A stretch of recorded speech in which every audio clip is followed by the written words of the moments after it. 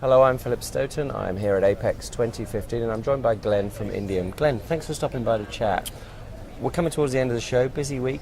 Tell me a little bit about what you've had on the booth and what's really sparked people's attention this week. Okay, thank you for inviting me, Philip. It has been a busy week. This week during the show we have been featuring our PVC or PB-free solder paste series. It's a robust series of multiple pastes that we believe will give customers what they need from a solderability standpoint. Okay, okay. And is there any particular industry that's really driving the demand for you in terms of technology? Because I know you've released a new paste here. So we span the spectrum across all of the industries, but I would say more recently what's been driving us is a need for a solder paste that has improved yields at in-circuit test, ICT. Okay. Okay. And in fact, we've released a new product at the show this week, our Indium 10.5 HF, that is much more probe-friendly than some pastes that we've had in the past. So. Okay. And what's the damage that the probes are causing? So what typically happens is it's less damage and more the ability for the paste to be picked up by the probe, stay with the probe for multiple tests, and then eventually cause false calls. Okay. So you end up with a yield loss, or what's even worse is a false yield loss. Yeah. All right. So the new paste, the Indium 10.5 HF, is less likely to be picked up by the probe. So you're not going to have as much buildup on the probe, especially after multiple insertions. Yeah. And therefore you get more realistic, better first pass and final yields. Yeah. So. Okay. And in terms of demand, what's going on here in the Americas at the moment? We're hearing lots about Mexico and volumes increasing there. How's that looking for you guys? Okay. So our Americas volumes have been quite stable, in fact growing a little bit. Mexico has been growing as well. I know there has been some questions about is some of the volume in Mexico going off to other low-cost geographies. I'm not going to tell you we haven't seen that, but we've also seen some come back from those geographies. So I'd say it's a mixed bag.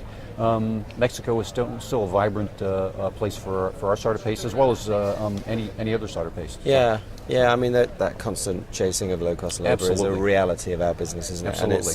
And it's a driver for you as well. Cost down and performance up is what it's all about. What does the roadmap look like going forward in terms of technology? What are you developing at the moment that you can tell us about? Sure, understand. So we spend a lot of time listening to our customers, trying to understand what their needs are, and in fact that drives all of our activity. Some of the things that we're offering right now, I can tell you about as far as the new solders, our SAC-M, which we did do a lot of emphasis on over the last year. Okay.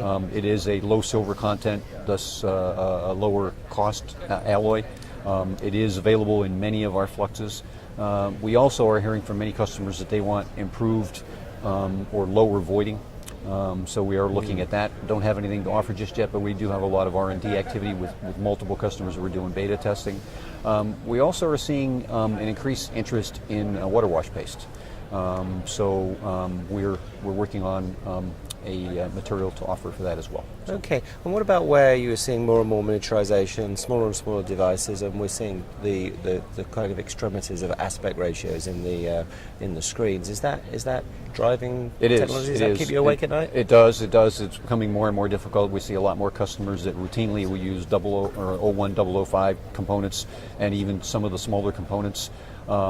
We are working with customers to help them understand how to do the placement and what are our current materials that will do that. We do have one material right now, our Indium 8.9 HFA, which is high volume production that was specifically developed for that, and it does a great job from a printing standpoint, even for the smaller components at very high speeds. Yeah, that's essential, isn't it? And it is that constant miniaturization, but at speed. Yeah, and that's not going to slow down. No. It's not going to slow down. It's going to keep going. So we work with the customers to try and do that. And all of our new pastes, as we release them, we try to be cognizant of those requirements and do extensive testing internally to make sure it'll meet those requirements. Okay, fantastic. Well, Glen, enjoy what's left of the show. Thanks very much for stopping by, and a pleasure. Thank you very much, Philip. Good talking to you. Thank you. Take care.